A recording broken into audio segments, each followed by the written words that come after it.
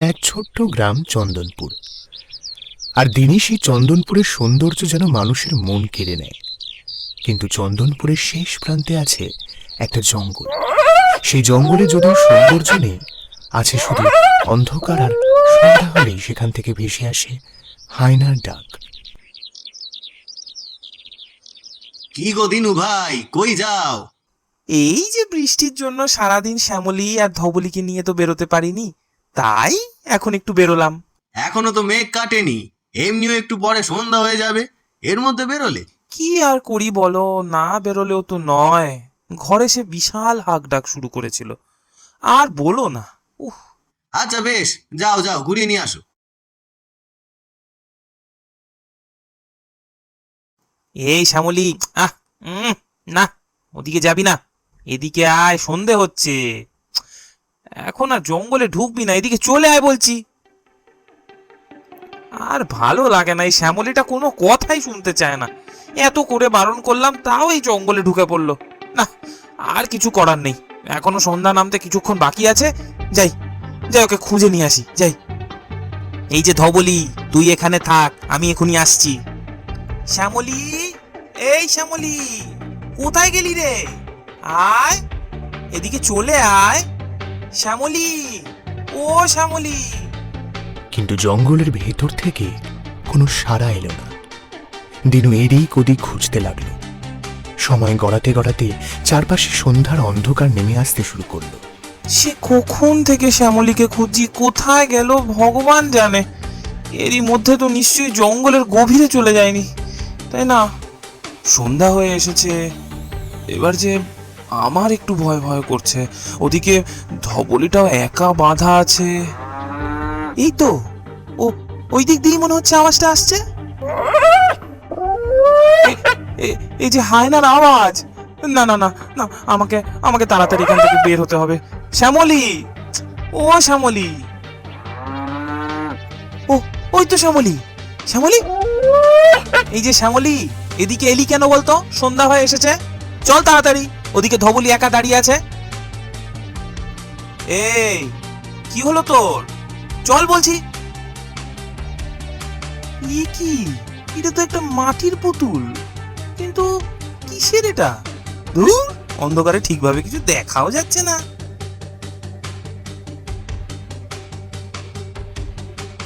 ও বাবা, এটা তো হায়নার একটা পুতুল।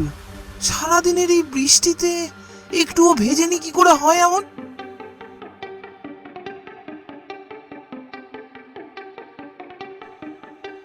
না না, থাক বাবা, এইসব বাড়িতে রাখা ঠিক না। আমি কালই গিয়ে এটাকে ওই জঙ্গলেই ফেলে আসবো।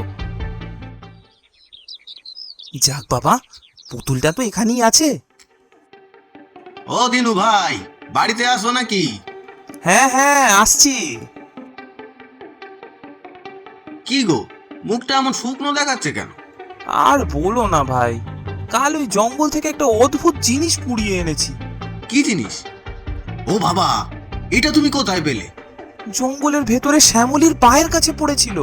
সর্বনাশ, তার মানে এখনো ওরা আছে? মানে কারা থাকবে? কি বলছো তুমি? কিছুই বুঝলাম না তো। আমার ঠাকুরদার মুখে শুনেছিলাম বহু বছর আগে ওই জঙ্গলে নাকি হায়না বেশ ধরে শয়তান থাকতো, আর সুযোগ পেলেই ওরা এই গ্রামে আক্রমণ করত। সে কি, এসব কি বলছো তুমি? আমি তো জানতাম ওই জঙ্গলে হায়না থাকে বলে সন্ধ্যা হলে আর কেউ যায় না। না গো, এটা ভুল কথা। আসলে সন্ধ্যা হলেই হায়নার রূপ ধরে ওরা নাকি সবাইকে ভয় দেখিয়ে জিনিস লুট করে, তাই কেউ সেখানে যেতে চায় না। শেষবার একটা ছেলে গিয়েছিল, সেও আজ ফেরেনি। আমিও কাল হায়নার আওয়াজ পেয়েছি, তার সাথে এই পুতুলটা। কিন্তু না না, আমি আর এসব বাড়িতে রাখবো না, আজই এটাকে জঙ্গলে ফেলে দিয়ে আসবো।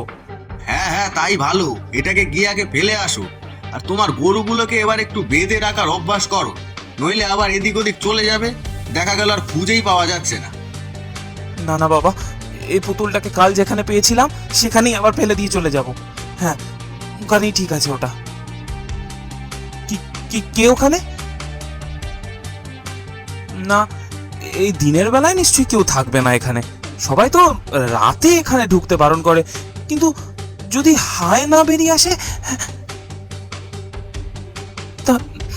তাহলে এ কি? মাটির হায়নার পুতুলটার চোখ দুটো তখন অদ্ভুত লাল হয়ে জ্বলছিল, যেন সে জীবন্ত। এ কি? এটা কোথায় যাচ্ছে? কালকে তো মনে হয় এখান থেকেই পুতুলটা তুলে নিয়েছিলাম, আবার নিজে থেকেই এখানে চলে এলো কিভাবে? যাই হোক বাবা, আমার আমার এসব জেনে কাজ নেই, আমি আগে বেরোই এখান থেকে। আমি বেরোই। আমাকে ফেলে যেও না, আমাকেও নিয়ে যাও। কে কে কে কথা বললো? কে কথা বলছো? সামনে এসো। আমি তোমাকে দেখতে পাচ্ছি না।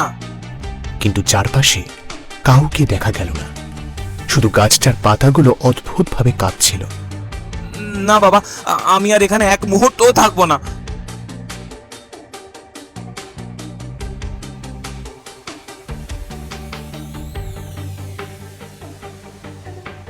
এ কি? শ্যামলী আবার এরকম করছে কেন? এই শ্যামলী, শান্ত হ। কি কি হয়েছে তোর? কিন্তু দিনু যতই শান্ত করার চেষ্টা করুক না কেন, শ্যামলী কিছুতেই শান্ত হলো না। বাইরে তখনও জঙ্গলের দিক থেকে একের পর এক হায়নার ভয়ঙ্কর ডাক ভেসে আসছিল। এই দিনু, বাইরে আয় বলছি। কি রে, কানে কথা যাচ্ছে না নাকি? তাড়াতাড়ি বাইরে বেরো বলছি। এ কি, তোমরা সবাই এখানে কেন? আমরা এখানে থাকবো না তো কি করব? কাল রাতে হায়নার ডাকে গোটা গ্রামের মানুষ এক ফোঁটা ঘুমোতে পারেনি, এমনকি সকালেও পর্যন্ত হায়নার ডাক শোনা যাচ্ছে। কিন্তু তাতে আমি কি করব? তুই কি করবি মানে? তুই কাল ওই জঙ্গল থেকে কি না কি তুলে এনেছিস, তারপর থেকেই এই উৎপাত আরো বেড়ে গেছে।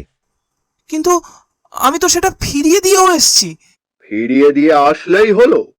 এমনি শুনছি রাতে ওই জঙ্গলে কেউ ঢুকলে হায়নারা আরো বেশি ক্ষেপে যায়, আর তুই তার মধ্যে কালকে সন্ধেবেলায় ওখানে ঢুকেছিলি। কাল সারা রাত তোর জন্যই হায়নারা আরো জোরে জোরে চেঁচিয়েছে। আমাদের জীবন একবারে অতিষ্ঠ করে তুলেছে যাকে বলে। বিশ্বাস করো, আমি কিচ্ছু করিনি। আমার শ্যামলী জঙ্গলে চলে গেছিল, তাই আমি শুধু ওকেই আনতে গিয়েছিলাম। দেখ, তুই জঙ্গলে যাওয়ার পর আজ সকাল থেকে গ্রামের দুজন মানুষকেও খুঁজে পাওয়া যাচ্ছে না। এবার তার দায়িত্ব তোকেই নিতে হবে, তাই না? মানে আমাকে নিতে হবে মানে? আমি কিছু করিনি। কিছু করিনি বললেই হলো নাকি? আমরা এভাবে জীবনের ঝুঁকি নিয়ে গ্রামে থাকতে পারবো না। শোন, তুই যেমন ওই হায়নাদের খেপিয়েছিস, তেমন তুই ওদেরকে শান্ত করবি। আমি কিভাবে শান্ত করব? ওরা কি আমার কথা শুনবে নাকি? অত শত জানি না, এতদিন ভয় ছিল ঠিকই, কিন্তু এখন তো মানুষই উধাও হয়ে যাচ্ছে। আমার ঠাকুরদা বলতো ওই হায়নারা একবার খেপে গেলে গ্রামের একজন মানুষকে নাকি সবার চোখের আড়াল হয়েও খেয়ে নেয়, আর সেই জন্যই কেউ সন্ধ্যার পরে জঙ্গলে ঢোকে না। কিন্তু ওরা শান্তই বা হবে কি করে? ওদের ওদের খিদে মেটানোর ক্ষমতা তো আমার নেই। ঠাকুরদা আরো বলেছিল, কেউ যদি নিজে থেকে রাতের অন্ধকারে ওদের খাবার হিসেবে কোনো জ্যান্ত প্রাণীকে ওই জঙ্গলে ছেড়ে আসে, তাহলে হায়নারা কিছুটা শান্ত হয়। কিন্তু আমি এখন কোনো প্রাণী কোথায় পাবো?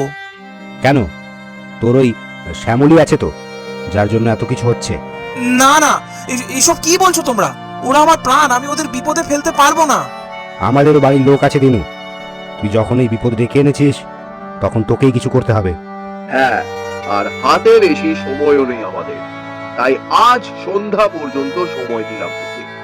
তারপর আমরা আবার আসব, তখন তোকেই একটা উপায় বলতে হবে, এই বলে দিলাম। আর তুই যদি কিছু না করিস তাহলে গ্রামের মানুষ নিজেরাই ব্যবস্থা নেবে।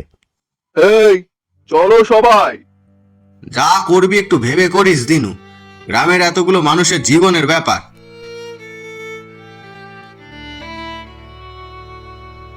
দিনু হতাশ হয়ে উঠোনের মাঝখানে বসে পড়ল। সামনে বাঁধা শ্যামলী আর ধবলি তার দিকে তাকিয়েছিল, আর দূরের জঙ্গল থেকে তখনও হালকা করে ভেসে আসছিল হায়নার ডাক।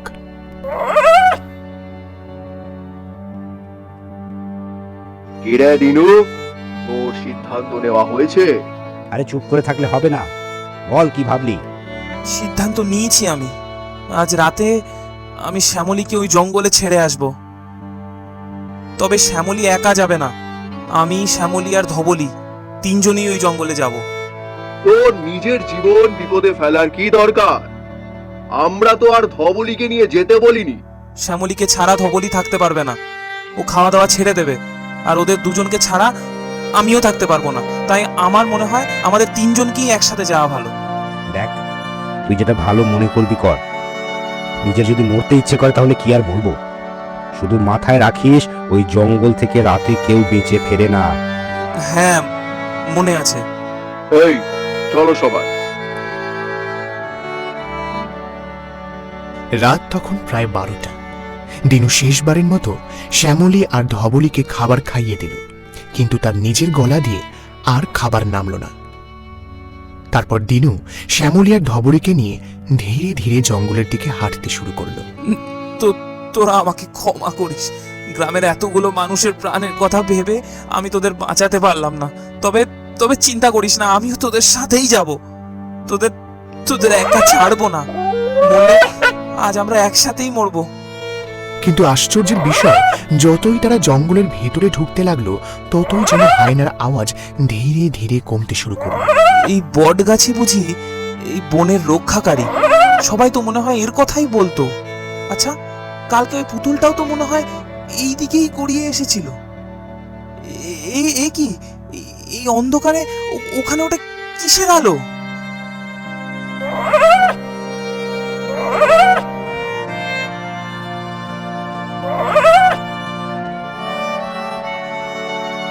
ও মা গো, কি ভয়ঙ্কর দেখতে! না না না, ভয় পেলে চলবে না। আজ তো আমরা এখানে মরতেই এসেছি, তাহলে আবার ভয় কিসের? হ্যাঁ, না না না, ভয় পাবো না আমি। তুমি শান্ত হয়ে যাও। আমি তোমার জন্য আমার প্রাণের চেয়েও প্রিয় গরুদের নিয়ে এসেছি, সাথে আমি নিজেও এসেছি।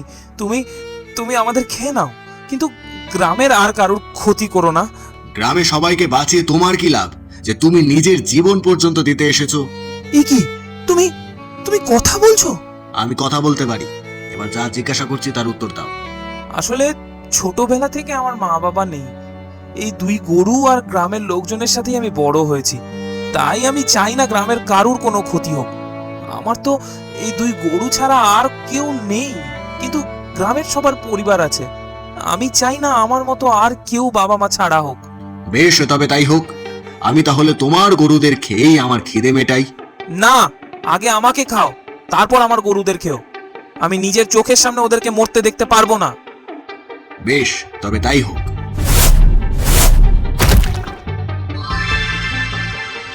এ কি, এটা কি হলো? একটা জলজ্যান্ত হয় না পুতুল কিভাবে হয়ে গেল? এসব কি হচ্ছে আমার সাথে?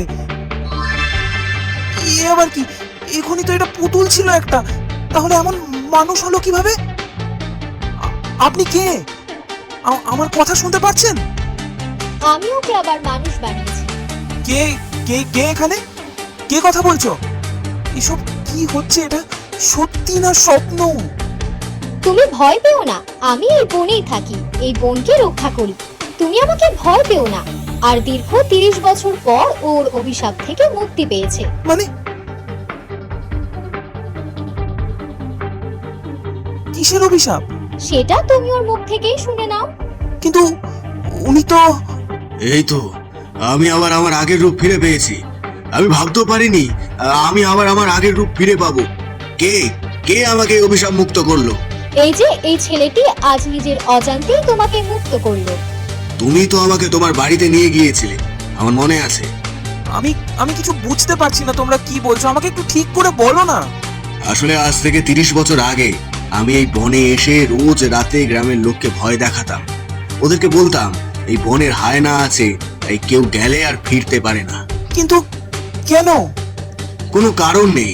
আমি ছোট থেকেই সব বিষয় নিয়ে এমন মিথ্যা কথা বলে সবাইকে ভয় দেখাতাম আর নিজেকে সাহসী প্রমাণ করার চেষ্টা করতাম। তাই এই জঙ্গল ভয়ে আমি বাদে কেউ ঢুকতো না।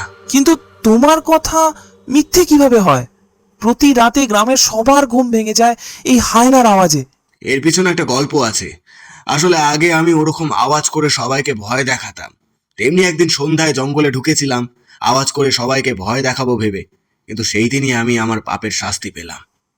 মানে কি হয়েছিল সেদিন? আর এখন হায়নার আওয়াজই বা পাওয়া যাচ্ছে না কেন? কারণ এতদিন হীরাই এই জঙ্গলে হায়না হয়ে বদ্ধ ছিল। মানে কি বলছো তোমরা? শোনো তবে। এমনিও কেউ ভয়ে এদিকে আসে না, আর আজ এমন ভয় দেখাবো যে গ্রামের কেউ আর কোনোদিনও এই জঙ্গলের ধারে কাছেও আসবে না। সবাই আবার ভয় পেয়ে গেল। এ কি? এই বোনকে নিয়ে মিথ্যে ভয় ছড়ানোর সাহস তুমি কোথায় পেলে? কে কে তুমি? আমি এই বোনকে রক্ষা করি। বহুদিন ধরে তুমি গ্রামের মানুষকে ভয় দেখিয়ে আসছো। এই বোন আমার, এখানে আমি কাউকে মিথ্যার চাষ করতে দেব না। তাই এই মিথ্যাকে আজ আমি সত্যি বানাবো। না না, আমি আর কখনো এমন করব না, আমাকে ছেড়ে দাও। অনেক দেরি হয়ে গেছে। না, আমাকে বাঁচাও। মুহূর্তের মধ্যেই হীরা একটা মাটির হায়নার পুতুলে পরিণত হলো। আজ থেকে তুমি এই জঙ্গলে হায়নার রূপে বন্দী থাকবে। আর যেদিন কোনো মানুষ হায়নার ভয় জেনেও এই জঙ্গলে ঢুকে নিজের প্রাণের কথা না ভেবে অন্যের জন্য স্বেচ্ছায় আত্মসমর্পণ করবে, সেদিনই তোমার অভিশাপ কাটবে। আর আজ তুমি সেই কাজটাই করেছো, তাই আমি আমার আগের রূপ ফিরে পেলাম। যাও, আজ থেকে তুমি অভিশাপ মুক্ত।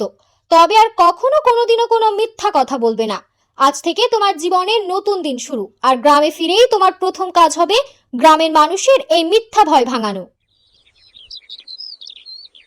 কাল রাতে হঠাৎ করে হায়নার আওয়াজ পুরোপুরি বন্ধ হয়ে গেল।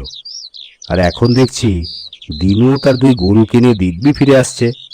সাথে ওটাকে ও মা, ওটা তো আজ থেকে প্রায় 30 বছর আগে হারিয়ে যাওয়া হীরা গো। চিনতে পারছো না? এরপর থেকে কেউ আর সে জঙ্গলে যেতে ভয় পেত না। গ্রামের লোকের আতঙ্কর হায়নার আওয়াজ কোনো কিছুই আর থাকলো না। গাইস